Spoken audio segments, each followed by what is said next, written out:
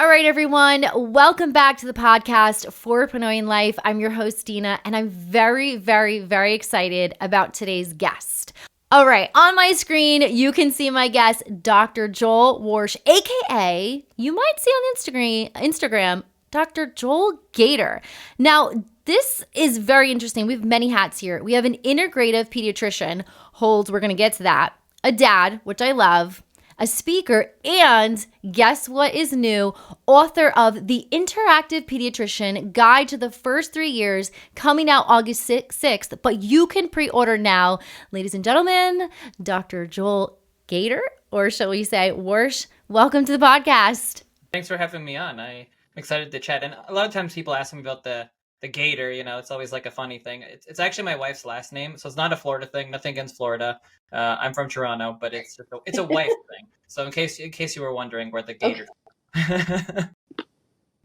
I think, yeah, I was looking at that and I was like, wait, okay. And, I was like, maybe it's like a hyphenated thing, like a last name combo. But I love that you are including your wife in your name. This is epic. So like when at the office, do they call you Dr. Gator or?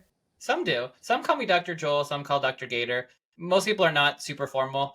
As you saw that, like a lot of people call me Walsh or they're not sure what to call me. So they go with Dr. Gator. It's much more simple. I mean, I like the dual names. I know our kids, pediatrician, we call them like Dr. something, and they're always like, no, call me by my first name. And I'm like, I feel like you worked really hard for that title. So I want to give you that push. I want to give you what you deserve. I want to touch first off right away. So there's a lot of the term integrative. And I think for our listeners and our watchers, how would you explain what integrative medicine or integrative parenting, because your book focuses on the two, to someone listening in right now? Yeah, it's a great question. And there's not one definition, right? To me, going back a little bit. So I did all the regular medical training. I trained at a great Western allopathic program, but I got really frustrated with the regular system and the super short visits, medications for everything all the time. And I started seeing, either friends or family members, or even having patients that would go outside the system and go to a natural practitioner and get better. And so that's what led me to start learning about this and being like, what is this? Where are these people going? And why are they getting better? And so to me, and the way that I practice is integrative medicine, integrative parenting, bringing the best of both worlds together. So I'm not against Western medicine at all. I think that there's a time and a place, and there's a lot of amazing things that we have, found and can use these days. It can cure diseases that we never could before, and you can go to the emergency room and get an X-ray or an MRI or whatever. I think that's all great, but there's a lot of other options out there, and we don't use those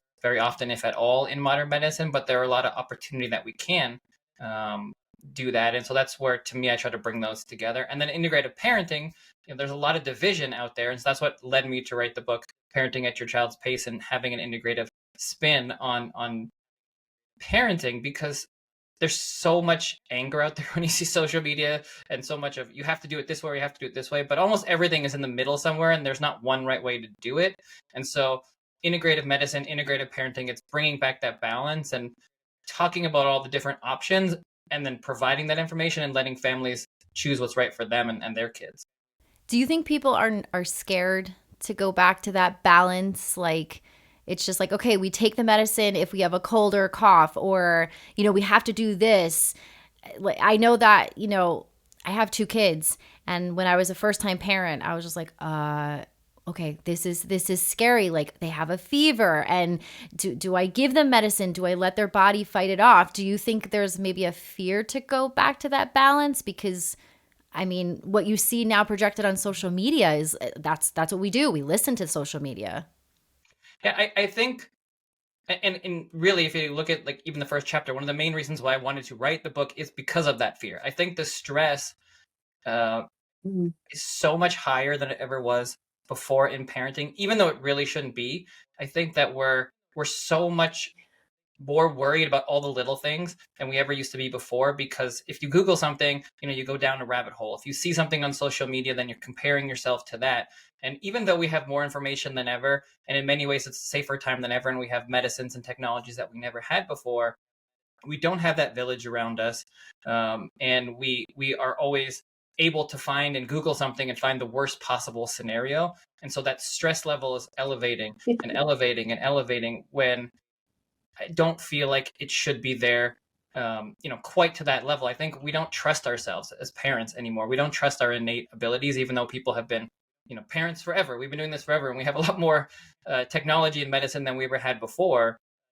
But yet we feel less prepared than ever. And so I just wanted to empower parents and, remind them that we got this and we can do it. And just like you said, that's a perfect example. If you're a first time parent, you're worried about everything. And usually second and third kid, you're like, their arm's on, it's fine. And it's just, sometimes it's a little bit of trust in yourself that you can handle it, because you've had a cold before, you've had a fever before, you know what to do. But when it happens to your kid, that all goes out the window, and you just kind of forget all the basics, and then you Google things and get super worried. And it's fine to contact us if you want, if you need to. We're here for you. But I think parents can do it most of the time, and we can trust ourselves.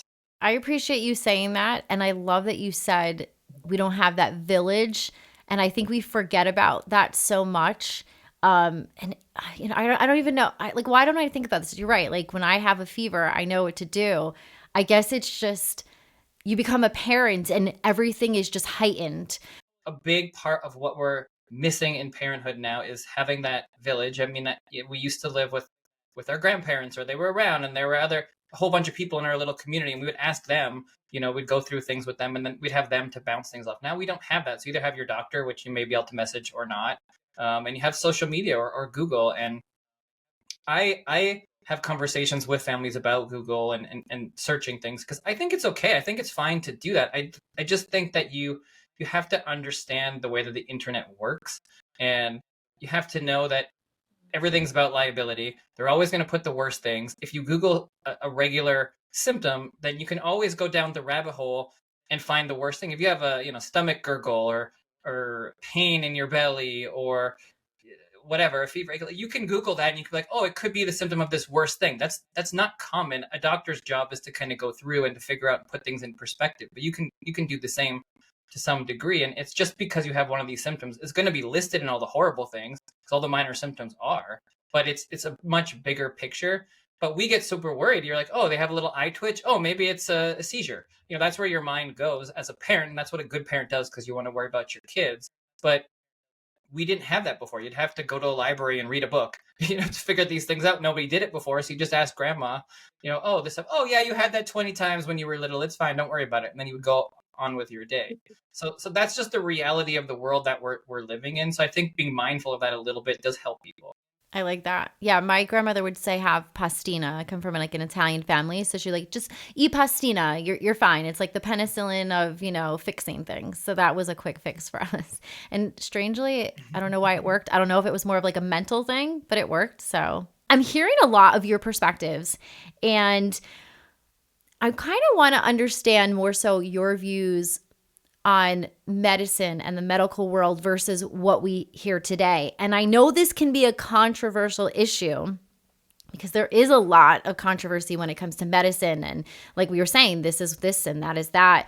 What would you say, how is your views different, or how do you differ, or how do you compare to the medical world system today? I think where I differ the most is in my frustration with the system. I feel like we've got to a point now where the vast majority of medicine is based on pharmaceutical medicine and on treatment.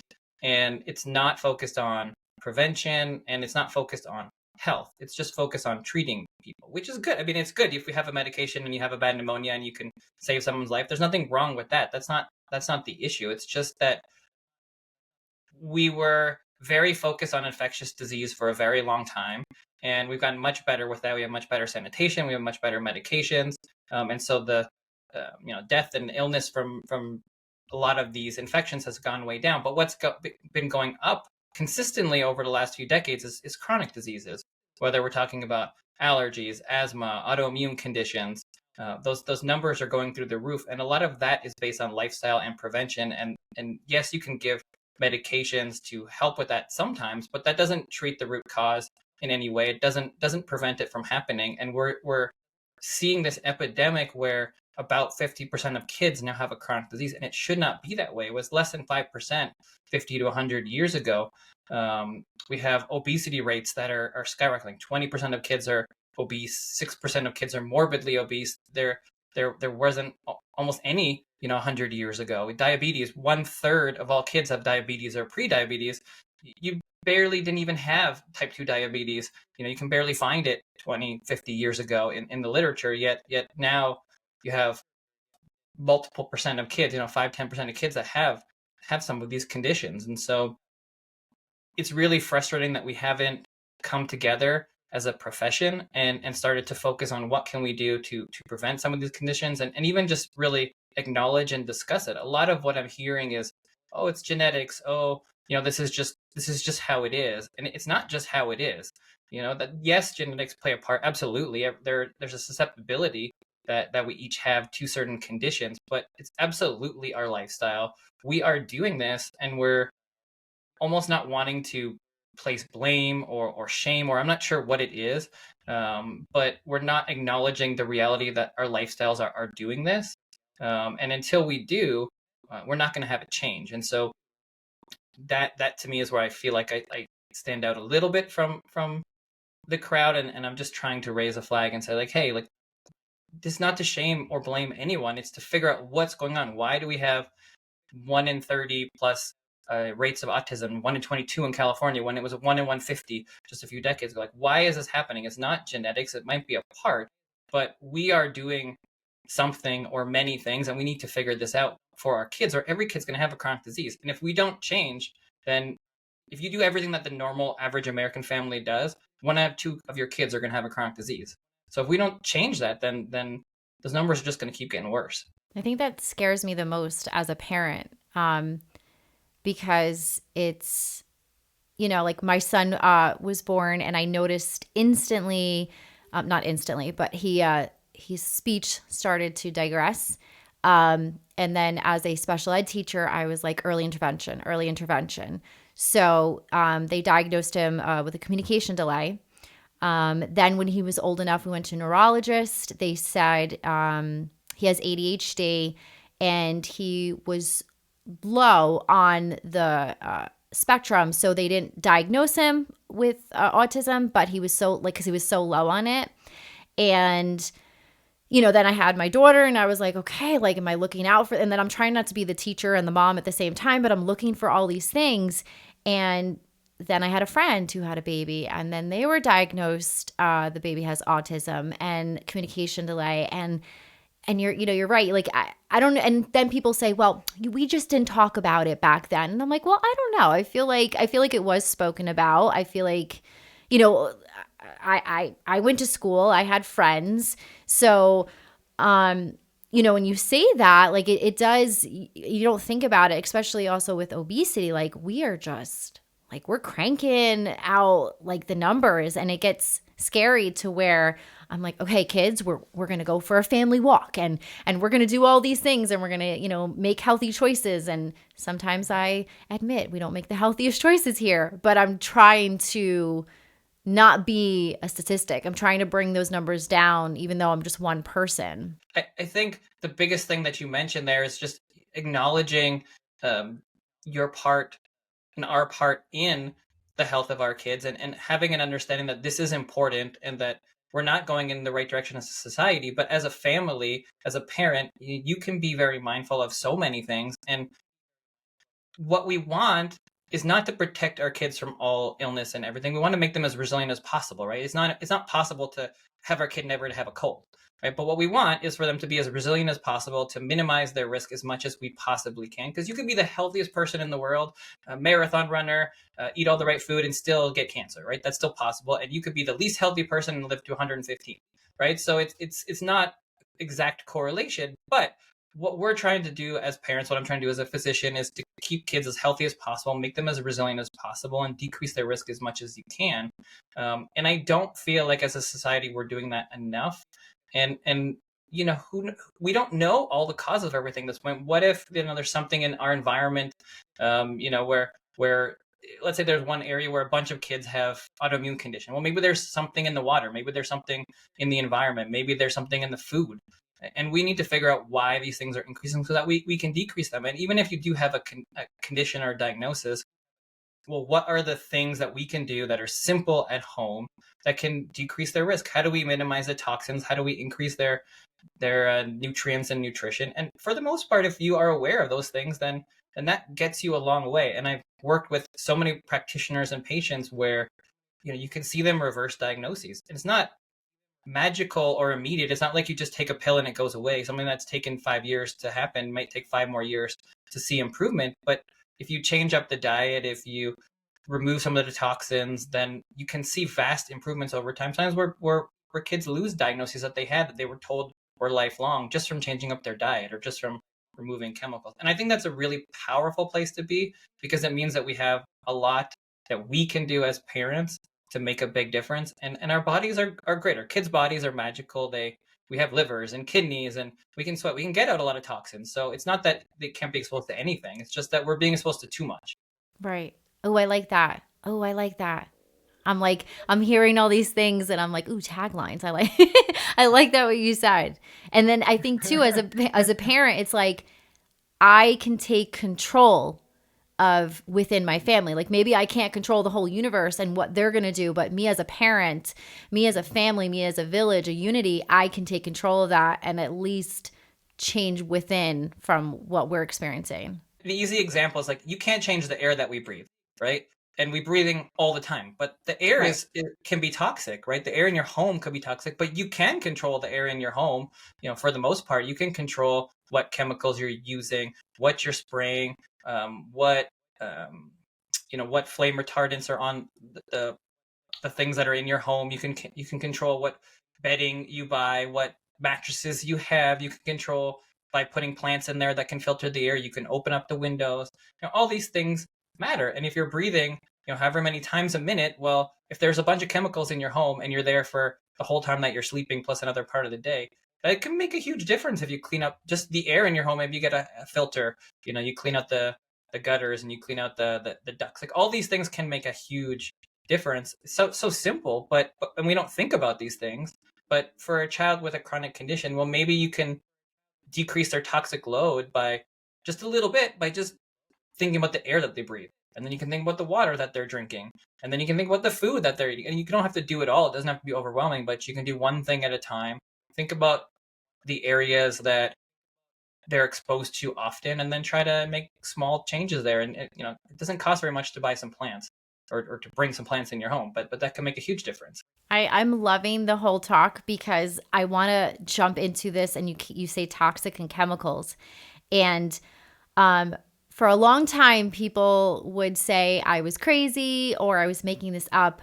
I was suffering from migraines for a really, really long time. I saw a neurologist and we went through food and diet. And what wound up being the culprit was candles.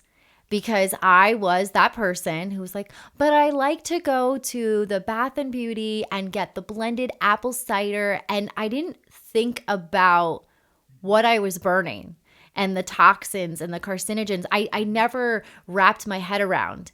And I now literally, I love my mom, but she'll want to go in that store. I cannot even walk in the store or past it because the scent, it just permeates. It's so strong. I get instant headaches. And I try to explain to people how these are the worst things. Like if you can rid your house of one thing, candles are horrible. So we know that does not exist in my house. Someone gifts me a candle, I hand it right back to them. And I feel like those things, like even makeup that I use or on my kids, and I think this is where we connected with Earth Mama Organics.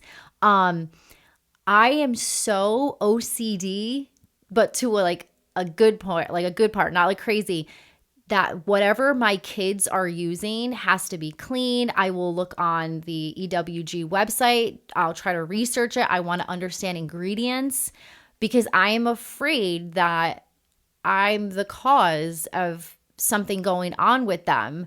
And I'm trying to think like of other things that like what other things as a parent should I be aware of besides, okay, obviously candles, let's 86 those, but other than like body washes and creams, like what other things do we have to be aware of with our littles and even ourselves?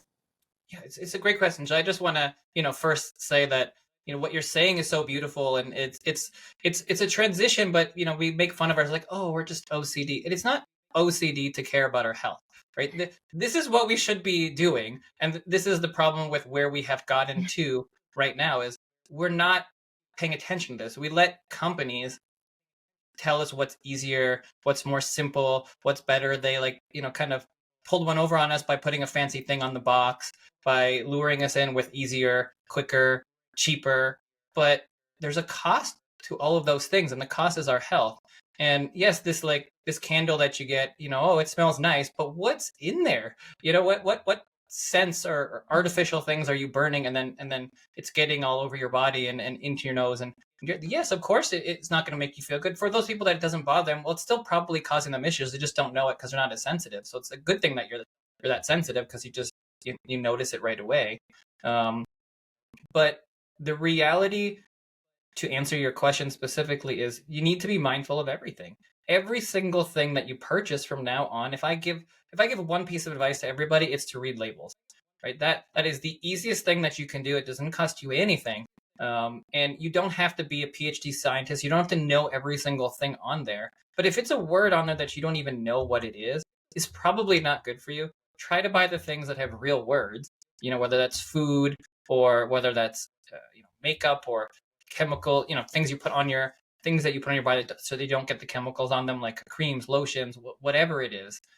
When you're purchasing, let's say, a mattress, try to buy one with words that it's made out of things that and that they're at least aware of chemicals and toxins, and mark off like, oh, it doesn't have VOCs, it doesn't have plastic, it's made of cotton, or it's made of bamboo, words that you actually know what they are. And that's going to get you so far. And then once you start to recognize what you're looking at in the ingredient list, then you start learning about things, and you're like, oh, I can't believe I was using this product with this thing in it, which we know that causes cancer, even though for whatever reason it's banned in every other country, but not here. And that just is how it is in America. And so you just have to kind of be a detective a little bit, but you don't need to know everything. You really don't. You just need to read. And then once you can start reading the labels, then you're like, well, I know what an almond is, so I guess that's better than artificially flavored almond. And then you pick the real thing. So that to me is where you start, and where you're gonna get the most bang for your buck. And then you start to work through in different areas. Don't get overwhelmed. Please, if we're listening, you're like, oh, there's just so much. No, don't get overwhelmed. You don't have to do everything. You don't have to throw all the food out of your closet away. You don't have to move to the middle of the mountains if you want to. That's fine. You can do that.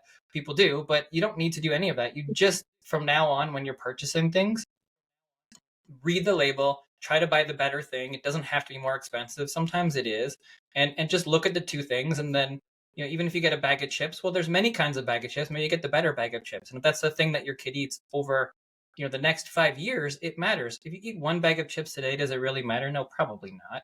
Right. But that's not the issue. It's that we're eating the same things over and over and over again. And we're being exposed to the same things over and over again. And it builds up. There was a really great study out of Harvard that looked at soup. And they gave people soup for 5 days. And the cans of soup, they line them on the inside with plastic, with BPA. So that's how it's made, to keep it from touching the metal. And they took the blood samples before and after those 5 days, and the percent they did that with homemade soup with one group, and the other group they did it with the canned soup, and it was like 1,000% increase of BPA in just 5 days of a difference for the people that did homemade soup versus the cans. And it's such a huge difference over just a couple of days. So we just don't think about these things. You eat canned soup once, does it matter? But let's say that's your favorite food and you eat it every day for the next 5 years. Well, then your body's going to get a buildup of these toxins. So that's how you should be thinking about things, and rotating and trying to just have real food and real products. I used to eat soup a lot, but I strain it because I don't like the amount of sodium that's in the soup. And then I stopped using all of like plastic containers and I only use the silicone ones. So weirdly enough, by changing that, when I have soup now, I swear I can't, like, it doesn't taste right. Like, it just has this off-putting flavor. I don't know if because as I age, my senses are just heightened, or if that's what I was blessed with. I have no idea. But when it comes to smell, hearing, and taste, I am super sensitive. I don't know. Maybe I'm like a super taster. I'll have to like do that whole test and whatnot. But it's just a super powerful thing. And I'm like, oh, I can't, like ramen. Oh my God. Nope, nope, nope. All that salt, I can't do it. The more conscious you are and the healthier that you eat overall, the more you recognize anything that's outside of that world. You like recognize right. Like you don't even want it a lot of times. You're like, oh, I ate that. Oh, it's too much sodium. Oh, it's too much sugar. Like it used to feel or taste so good. And once your body kind of detoxes from it and can recognize the difference between what you eat, you almost like, just like you said, like, you smell the thing, you can't go near it anymore because your body just knows like this is bad. And so it keeps you away from it. But when you're in the middle of it and doing it every day, your body's really magical at kind of walling things off and like letting you function, but it's still affecting you. It's just keeping your function going. But once you get outside of it, then you're like, no, don't go near that candle. Yeah, horrible. So this is funny because it's not, as I read and understood, you have what's called the Dr. Gator smoothie. Now, not ingestible, but what makes up the Dr. Gator smoothie? Yeah, so for the book and in the introduction chapter, so one of the big things I wanted to do with my parenting book was most of them out there right now are from therapists, moms, not really pediatricians. Back in the day, a lot of the pediatric books were like Dr. Spock was kind of the classic parenting pediatrics book. But now, pediatricians more write medical books, and then the parenting books come from therapists. But what I found that's missing from those books is the wellness and the health piece and aspect, because I certainly see different things as a pediatrician than the therapists see, and there's a lot of overlap of some of the questions, but it's a little bit different perspective. But my book starts the first chapter, introduction on health and wellness, because I think that's such an important part of a lot of the questions that we get, and certainly that I get in the office. And I also wanted to kind of put my money where my mouth is and start people off right, talking about the things that you should be thinking about, so that way hopefully we can prevent chronic illness and be making better choices, good choices from day one. And so I wanted to have in there, kind of something funny, the Dr. Gator smoothie, because, when you watch those TV shows, whether it's a daytime TV show, the guru person always comes on and they're like, oh, okay, well, here's my magical smoothie and it cures everything. And, just put in celery and carrot and this and that, and it's going to cure all your things. And there's no such thing, right? There's no such thing that cures everything. I mean, yes, you can eat healthy, and eating healthy is probably good, but there's no such magical smoothie to health. So I wanted to play on that with the Dr. Gator smoothie. I'm doing air quotes. You can't probably see it on a podcast, but I'm doing air quotes for that. And it's really the things that to think about as a foundation of health. So I call it first the seeds of health. So big scoop of seeds being stress, environment and toxins, exercise, and sleep. And then some of the other things that we think about, like vitamin D, getting out in sunshine, getting into nature, having a community, friendship, love, all these things kind of go into what makes us healthy. And it's not a magical smoothie of, you need to have apples and carrots and celery. It's the things that you really want to be mindful of. And especially with those foundations. So thinking about the chemicals, thinking about the toxins, making sure you're getting exercise, making sure you're getting outside, a lot of the stuff that we already talked about, but just running through those as a bigger category, and just reminding people in kind of a comical way that there's no magic smoothie. It's like, these are the things that you really need to be doing, and we need to be thinking about these things if you want your kid to grow up healthy. I think you found it, and I think this is perfect because I know that, especially with me, I relate things. This is how I memorize or just work with things when it comes to food. And I think that whole idea of the smoothie, because who doesn't love a smoothie? Like, if it's not a milkshake, it's got to be a smoothie. And I think those happy blends of everything you mentioned is something that a parent can easily go, aha, because you're thinking about all of these things grouped into one. And and like you said, it's not magical, but it's how you create your happiness, your overall family village, like you mentioned. And oh, like I love that you did that. Like the Dr. Gator, that I feel like you got to get a t-shirt that says Dr. Gator smoothie and like have on different levels. Like, you know, instead of an apple, it's going to say, you know, just being mindful, or like just a little happiness going. Oh my God, you got to get this shirt. I'm Maybe loving I'll have this to idea make a already. shirt. That does sound good. Maybe we should do that. We should. Yeah, you and then like what you do is then on the back you can have your book logo, like your whole book thing, but like here it is, you know, like, and kids would love it because it has that vibrancy. And just like again, smoothies, like oh my, like think about that. Like this is going to be here's what I'm going to do. Look, you're making me go nuts now. I'm going to create a picture of a smoothie, and I'm going to do it so my whole family can see on the whiteboard, and everything that we need to not like improve on and build upon is going to be in that family smoothie. So it'll be called Dr. Gator smoothie, and then it'll be of our household. And that's what we're going to do to make that fundamental happiness, yumminess, overall things that make us very excited. Oh, I'm so excited about this. I don't know why I envisioned like and totally say no, an electric blue shirt with the smoothie in it. I don't know. Just like, here it is. I like it. I like it. Because it's We could be brainstorming something magical here. Speaking about gold, I would like for you to spill some hot piping tea on the controversial issues, if you don't mind. The first one I'm going to throw your way is your thoughts on co-sleeping, mainly because it is something that I did as a parent. Obviously, I researched, I made sure it was a very safe way because there can be unsafe ways. I did get slack from people, from family members, and I think I mentioned it to my pediatrician because as a mom, in my head, I was like, I need to sleep. And I was breastfeeding, and I just felt like turning over and picking up my little and then putting them back in their little nest. It just worked. But spill the piping tea by all means. Let me know your thoughts. I will not be offended. But just curious what your, what's the word I'm looking for? Like where you stand on that. Yeah. So with something like co-sleeping, I think that goes back to one of your earlier questions about kind of the frustration with where we are with medicine, in that it's kind of like my way is the only way, and that's the only way that it can be, and that's the only way that it should be, and everything else is horrible and woo-woo, and like you should feel shamed for doing it. And that's not the real world. Now, medicine's job and research job is to study a question and then give you an answer, whatever the best is in that specific situation, to try to help you make decisions that are right for your family. Now, with sleeping, there's been a ton of research, and it's very clearly shown that the lowest risk for sudden infant death syndrome is on your back in your own space, with nothing else in there. So that's where that comes from. But the problem is that's not reality, right? I think that's important to be mentioned so that people know, but also a lot of people co-sleep, right? And some studies have said that, when people are actually honest, it's like more than 70%. I've seen some studies that show that people co-sleep at least some of the time.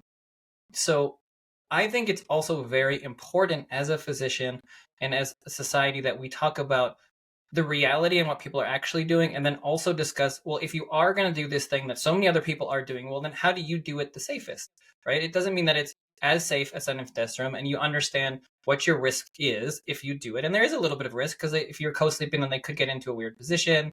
You could roll over on them. Those are the kind of things that are possible to happen. But what we do know for sure is that the vast majority of sudden infant death syndrome happens when a parent is under the influence. So if you have been drinking a lot, if you have taken some drugs, if you're on some medication, and then the other big risk factor is a very soft surface like a couch, or something that moves. So just knowing those two facts can be really important for somebody to understand that if you are going to co-sleep, then at least make sure that you're not doing it when you've been drinking. Make sure that you're not doing it when you've taken some marijuana, done some drugs, or if you're on a medication that puts you to sleep, because then you're going to be in such a deep sleep that you're more likely to roll over or do something. So I don't think it's my job to tell people what to do. It's our job to give people information and then they can do what's right for them, because there isn't one right way to do it. And certainly with co-sleeping, some people do it, right? So I think it's important to know how to do it as safe as possible if you're going to do it. And then there's also the other flip side of the positives that are not really studied in the research because they're very hard to do, like the bonding between parents, the better sleep, the better mental health if you've slept or your baby's slept more or more deeply. So those are kind of intangible things which maybe for you are more important than the risk of sudden infant death syndrome, especially if you're doing it in the this quote unquote safest possible way. Then these are just things that should be discussed and people could do what they want. Our job is to tell you, yes, that's going to increase your risk of sudden infant death syndrome, but it doesn't mean that you should feel shame for doing it because the risk is still very small. And if you at least manage most of those other things, and the risk is very small. Yeah, I was always nervous about telling people, I co-sleep and oh, is the baby sleeping in the crib? And there was always this hesitation. And then I think it was finally where I was like, you know what? Like I'm sleeping well. We're thriving. I was like, yeah, I co-slept. And then my daughter came around, and with my daughter, I didn't realize that I was going through postpartum depression. I had no idea because I didn't have that with my son. And I found that when she was next to me or with me, it was my soothing moments. There was that bond.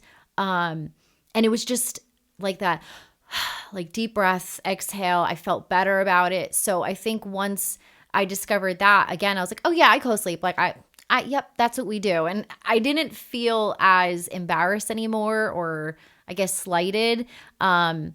And now my daughter, we wound up buying a king size bed because there's a lot of snuggle moments going on. And I don't know.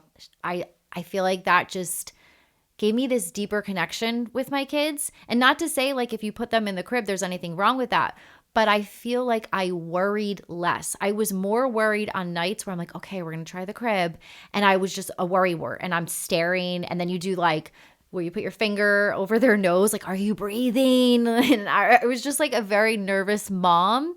And now they're just 3 and 6 years old. They are crazy little human beings. And I'm like, okay, I guess I made a good decision. I guess I did a good job.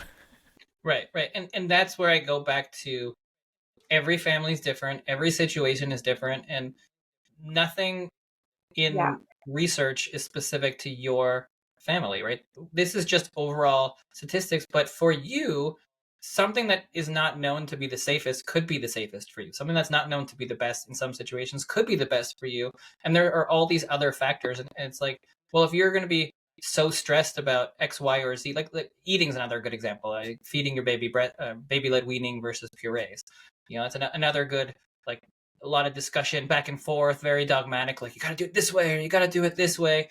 And I tell parents, first of all, if you're going to be very stressed about baby led weaning and giving, full, chunks of food to your baby, and that's going to make you miserable, why? Don't do it. Just do the purees. You can do baby led weaning later, or do the things that are mushier. Like, why are you going to create this miserable stress every day when you're eating all these meals? That's going to be way worse overall than just giving them purees. And like realistically, what we need to be worried about is that our baby has food. Like there are kids in the world that don't have food, and you're worried about whether you're mushing it up or not. Like who really cares? It doesn't matter. They're not going to get into, Princeton or whatever because they baby led weaned or didn't. Like, it doesn't actually matter that much. Probably, there's probably pluses and minuses to both. So like, don't stress. Just do what you think feels right for you, and read both things and figure out what it is, or just do both.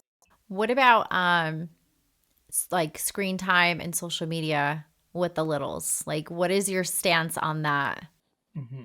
So it depends on the age. I think age obviously matters when it comes to screen time and how much, but at least in terms of the recommendations, we can start with the little kids. So American Academy of Pediatrics says no screen time before 2. And that's another recommendation, which I feel like is a little bit wonky at this point because it's not really realistic in modern society. If you want to have your kids having no screens, I think that's great. But most parents are on their screens, their kids are seeing it. And so they're probably not going to have zero screen time. And I don't think that parents should feel shame or feel horrible if their kids are getting a little bit of screen time. To me, what's really important in terms of screen time is thinking about what they're not doing. So if you are replacing parenting, and I'm air quoting, replacing it with screen time, putting them in front of the TV for multiple hours, especially at the younger ages, but really at any age, that's not great, right? Because you're not getting outside. You're not getting exercise. You're not moving around. They're not learning. And we know that you don't learn as well from screens. Doesn't mean that you don't learn at all, but it's not active. So if you want to learn reading, you're going to learn a lot better from the back and forth with a parent or caregiver than you're going to from screens. But sometimes you need to go to the bathroom. Sometimes you need to cook a meal. Sometimes you might be on a trip. You're driving in the car or you're going on a plane. And a tantrum and your kid going nutso on the plane is not better than them watching a screen for a couple hours. I don't think the screens are inherently bad. I just think that we're using them not as a tool. And I think if you do use it as a tool every once in a while, I think that's totally fine. Your kids' brains are not going to be mush if they're watching a little bit of the screens here and there. It's just that if you're not reading to them, if you're not getting outside, if they're not playing and they're watching hours of screen time, then they're not getting the education that they need and they're not getting the movement that they need. And that's the issue, I think. So I don't think you should feel shame about using it. Just minimize it and use it with good educational programming and work it in when you need it so you can do something else. And to me, that is a net benefit to the family because you don't have a screaming child. You get to do what you need to do and everybody's happy and the stress level is lower. And that's a good thing. I mean, sometimes it's just decreasing family stress is a good thing. So I have a question for you that actually I have two questions that I always ask my guests. And the first one is pertaining to your book. Because I always say when people write a book, I feel like it's like one of your children because you put your love and your effort and so much into it. If you could describe in 3 adjectives, and mind me, 3 is my power number, so I always say 3 adjectives that describe your book, whether it's on a personal level or a, hey folks, listen up, this is my book. How would you describe it? This is putting you on the spot. Maybe I'll come up with the terms as I'm thinking about, but it's like to reduce stress for families. It's to bring families together. And it's to help people to think through problems, think in the way that an integrative pediatrician thinks, and so that they can be more mindful with their decisions and to decrease their stress. So I don't know if there's some adjectives in there, but like that was my big goals with the book, really just to decrease stress, just like all the things that you're talking about, because these are all the same things that everybody talks about in my office and all the things that I'm worried about as a parent. And it's like, people are like, oh, it must be so great to be a dad and be a pediatrician because you know all this stuff. I'm like, you don't know anything about parenting from being a pediatrician. You know the medical part, but not the parenting part. And so it's like we need to be a little bit less stressed, like that de-stress, like the motivation that you got it kind of mentality for the book. So I got motivational in there.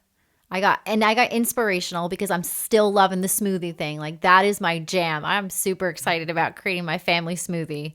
See, like that could be your thing. Like you could do a book talk and then you can make a smoothie on stage, but like as you're putting in the ingredients, they could represent what works for you and your family. And then next thing you know, Dr. Gator's smoothies sold now in your local food store. Look at this. Look at this. I'm loving this. I'm loving it. It could be like a wellness drink, but it's, intuitive and it just vibes with whatever you're creating. So we're going to add future wellness drink maker here. It'll come full circle and then it'll actually be selling a smoothie, which is the thing I'm making fun of. Yeah, right. And then it's like it'll be like the perfect thing. We're good to go. Listen, I work with I'm a brand ambassador for the girls of Go Nanas, and they have a banana bread. I don't know if you ever heard of them. And that was just a random thing they came up with. So here it is. Here's your moment. Here's we're putting it out in the universe. We're gonna have a Dr. Gator smoothie. So before I let you go, is there anything that we might have not touched upon that you're like, you know what? I just want to mention this out because I feel like it's important. I think if there's one thing I'm thinking about that we haven't touched on enough, I feel like is social media and the comparison to other people. Yeah. And I think that's a really important part of the stress that parents have. And one really good example that I like to give is, so my practice is in Los Angeles. It's in an area where I'm very, I guess, lucky that I get to take care of a bunch of pretty prominent individuals, lots of people that everyone would know and know their profiles and all that kind of stuff, just because of where I am. And it's amazing sometimes to see parents come in, let's say at the 1 month visit, maybe it's a model, somebody super famous, whatever, and they're disheveled. They don't look great. They're miserable. They're in their sweatpants. They're going through all the postpartum stuff that everybody is going through, and maybe they're even a little bit in tears or whatever it is. And then I'll look on social media a few hours later, and you see the post from them, and it's like the perfect nursery with their smiling kid, the family all hugging, hashtag blessed, so excited to be a mom, so excited to be a dad. We're so lucky to be parents. Everything's wonderful, whatever, right? And it's like, I just saw you like 5 minutes ago and you were in tears, and I get it. Social media is what it is, but I always want to remind people that it's not real, right? Everybody's showing a certain side of things, and even the catwalk ready models, they're also going through postpartum world too, and everybody has been spit up on, and all these things, right? These are all normal, and we're all going through it. And if you're trying to compare yourself to what you're seeing on social media, then you're never going to be able to, because it's not real. And so I just try to remind parents that, like, you're doing great and you can do this, and it's fine to be on social media, but don't compare yourself to what you think they are doing or they should be doing. Do what's right for your child. That's why I wrote the book Parenting at Your Child's Pace, because do what's right for your family, and be mindful of your family's health and not what some influencer is doing in their nursery, to which most people need to get their nursery ready before their child's born, and then don't even use it for another year after that anyways. So worry about the health and not so much about what color your nursery is going to be. Even though sometimes it's nice to feel ready, I get that part, so that's fine. If it makes you feel more prepared as a parent, great. But you don't actually need to have all this stuff. You don't need very much stuff. Yeah, no, you're right. And I appreciate you saying that, because I think we need more reminders of that, especially in the world that we live in today, where right now what everyone is seeing when they look at me is I have like, ooh, like this nice little setup, and then behind me there's drums, there's a guitar, there's like baby toys all over the floor. Like it's this little cubby hole of an image that you see that's not true representation of everything about me. And sometimes it's nice to hear that. I think I forget the name, the movie What to Expect When You're Expecting, or What Not to Expect. And one of the moms was the supermodel, and like she literally sneezed and the baby popped out, and you're like, okay, stop. And then the other mom is, her water breaks, she's all over the floor with the water and she's passing gas, and she's like, it's the baby. And it really showed that true realization of like, well, like the mom who has her water breaking and it's all over the hospital floor and she's passing gas, that's real life. The mom who sneezed and the baby came out, no, that's Instagram. That's the filtering. That's, kind of setting it up to be what it's supposed to be. So I truly appreciate for you saying that, because coming from you, I think it's going to be more like, oh, okay. Yep. This makes sense now. And again, it's just going back to just trying to bring people back into a more balanced place, decrease the stress a little bit. I mean, there are things to be stressed out in the world, of course. But I think that we're stressed out about a lot of the wrong things, and we're stressed out way too much. And it doesn't help us, and it doesn't help our kids. And I see it over and over and over again. And so I'm just trying to, that's what I really, at least, if I try to do anything with the book, it's just to try to help people kind of focus where to actually be worried, and generally not to be that worried. Because you can do this, parents can do it, and I know it because, just like you said, kid 1 versus kid 2, we all can do this. It's just a matter of feeling like we can do it and kind of being through it a little bit, and then you feel more confident. And so hopefully the book can be like child 1 for you.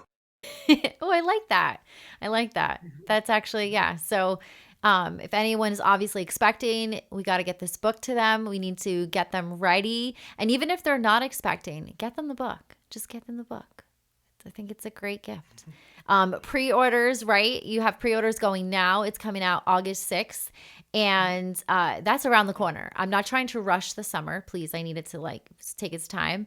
But this is super exciting because I understand you said you've been taking the time to write this. It's finally coming out. And this is another great step, another great hat that you get to wear. And I'm so excited that you're a published author. Like, congratulations. For all of our listeners, I just want to put it out there. Everything you've heard today is just, I feel like I was in a great therapy session. I feel less stressed, and I truly cannot wait to get my hands on this book, because even though my kids are older, I feel like sometimes you just have to sit back and you still need to learn. Like, I feel like the world is still a continual educational platform.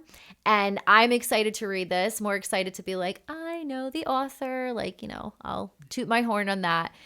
If you do want to follow Dr. Joel Gator, because that is your name on Instagram, it is Dr. Dr. and then JoelGator on Instagram. I highly recommend. I've been watching some of your videos. I'm loving the motivational quotes you put out there, the realism, and it's just the unfiltered, here's who I am. I'm a dad, an author, a speaker. I'm a pediatrician, and this is life. And I'm loving it. And I'm grateful that you've joined me on this podcast voyage, because I feel like today you've checked the box of, I want someone on the podcast who is fulfilling that 4.0 life and says it's okay that you're not acing life as long as you're living life. Well, thank you for having me on. And you're acing life too. You're acing life too.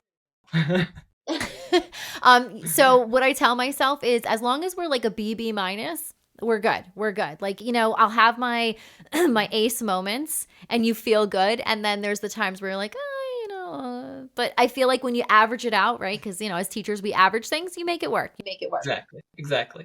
Again, everyone, please make sure you follow Dr. Joel Gator on Instagram. Check out all the links. You'll see that the promotional stuff for the book, pre-order, get it while it's hot, get it done. Because as he mentioned in a previous video, if you pre-order, you're going to be the first ones to get this book. And this is something epic. And I guarantee you're going to love it, like it, all that great stuff.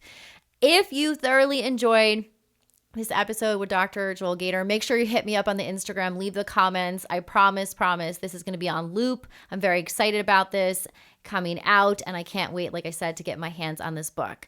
So thank you again so much, Dr. Joel Gator, for joining me here on 4.0 Life. Every Thursday, a brand new episode. I would like to personally invite you back once the book comes out, because I would love to sit and chat with you. We'll talk all things great, and eventually talk about this smoothie, because I am ready for it. I love it. That sounds like a plan. Perfect. Thank you so much, everyone, for tuning in here. Again, hit me up on the Instagram, thequeenbuzz.com. It's thequeenbuzz.com. And yeah, let's talk more next Thursday.